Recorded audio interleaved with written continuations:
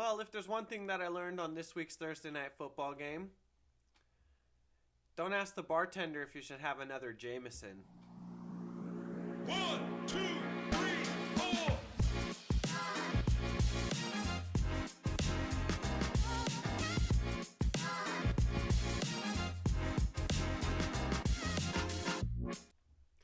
Alright, to start off this week's episode, we're going to go over some NFL news. And what bigger news to break than this fucking butt punt? I mean, guys, look at the fucking shockwave that's coming off of dude's ass. How did his butt cheeks even spread so wide in through the air? You can literally see it. Homie's foot was traveling so fast that the camera couldn't even capture it in one frame. I know that had to hurt. You watch the footage, it looks like he didn't even flinch, but I know my man's had football lace imprints on his butt cheeks when he got home. This play was doomed from the start. It flopped. It was a failure. It blew up on the launch pad. It was never meant to be. And I feel like that's how a lot of our players were this week, which we'll go over a little bit later. But in this game, this butt punt was kicked out the back of their own end zone for a safety, and somehow the Dolphins pulled through and won this game. As a matter of fact, I know you guys have probably seen all the stats, the sheet where they literally got shitted on in every single metric. Number of possessions, time of possession, number of plays run, total yards, and they somehow won. And that really is an indicator about how this week went. Especially when we see the power rankings later, it really was a topsy-turvy week. Not just in the NFL, but as a result, in our fantasy league and everybody's fantasy leagues. The Colts defeated the Chiefs, which was unexpected after they got defeated by the Jaguars, laying an egg last week. And the Chiefs are supposed to be considered a powerhouse team with all their explosive potential. And, I guess staying in the same division, in the Broncos game versus the 49ers on Sunday night, which ended up being one of the worst games that we've had so far this season. Absolute snooze fest. Literal snooze fest. I actually fell asleep and woke up. Didn't miss much. But I did miss Jimmy G stepping out of the back of the end zone, pulling a classic Orlovsky with the Lions from back in the day. Just another overall summation of how this week went for a lot of players and a lot of people in fantasy. The Raiders lost again, putting them to 0-3, which, although it does give me a little bit of happiness because I can talk shit on all you Raiders fans, I don't always want to see them lose. I mean, they are from the city that I live in, although never get me confused for a Raiders fan. And before we actually get into this week's fantasy recap, since it was just an absolutely putrid, no good, very bad week where all the backup players scored, all the bad teams won, and all the good teams lost, I thought it would be fun to put together a Shroster. But not just a roster of shit, a roster of manure. Premium manure. To a regular person, it looks like shit, but if you planted the seed in it, you may have reaped the benefits. Unfortunately, none of us on this list sowed our seed in the Shroster manure, and we all regretted it this week. Myself included. Now, just to be clear, I only took one player from each fantasy team, and all of these players were on the bench. If you take a look, nobody's less than double digits, and a couple of them went the fuck off. Khalil Herbert, 30-point running back, chilling on Henson's bench. Jamal Williams posted up on my bench, 22 points. Raul leaving Devontae Smith with an amazing performance of 22 points. Christo with the Eagles defense scoring the equivalent of quarterback 1 points with 27. Overall, when you put the total score together, it's 150. Guys, somebody scores 150 in this league like once or twice every season.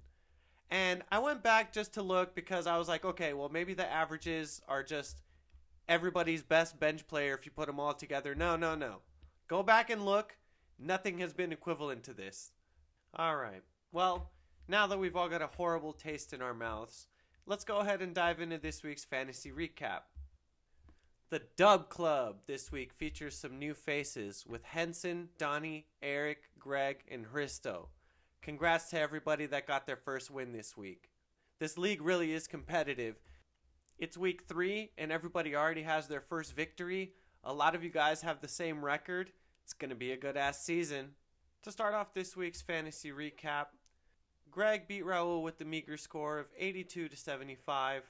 Nobody really had more than a double-digit performance in this game, but I am proud of Greg for getting his first victory.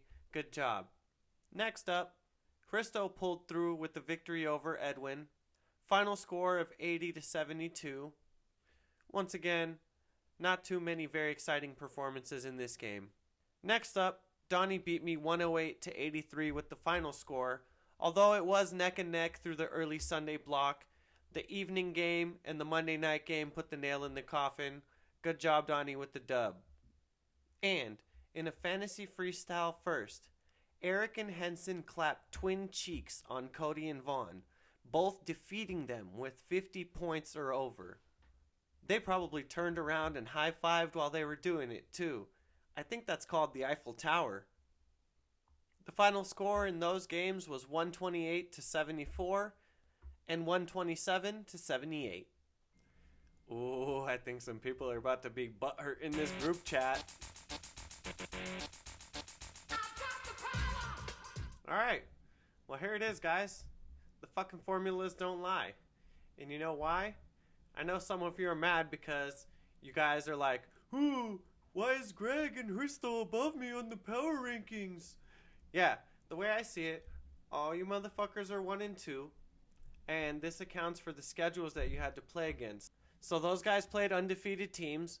Vaughn, you beat Eric and Raul. That's not really proving much through 3 weeks. So with the new method of scoring the fantasy power rankings, after this topsy-turvy week, you can see that everything pretty much turned on its head. Henson was able to jump up all the way 6 spots, putting him in first place with his victory over Vaughn. Donnie jumped up 1 spot with his victory over me. Eric jumped up 5 whole spots with his victory over Chef. I'm in 4th place, dropping down 3 spots after my loss. Greg and Christo both jumped up 4 spots at the same time with their victory over Raul and Edwin, respectively. Vaughn lost 5 spots in the rankings, Raul lost 2 spots in the rankings, and Edwin and Chef dropped 5 spots in the rankings, making them occupy the last 2 spots. And before we wrap up this week's episode, I just wanted to give some hopes and prayers out to all the families out there that are affected by Hurricane Ian.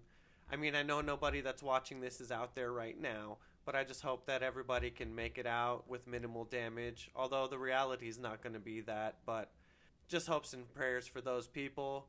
And also hope the best for Tua after suffering that head injury with the kind of devastating looking hand motions afterwards. Young guy, you never want to see players get hurt like that, especially the second week in a row after we just saw Trey Lance go down. I just hope that there's minimal injuries going forward in this NFL season. So hopefully the rest of this week is not anything like last week, and actually I hope the rest of the season is nothing like week 3. Good luck to all you guys on Sunday. May the best rosters win, and I'll catch you next week on the Fantasy Freestyle Podcast.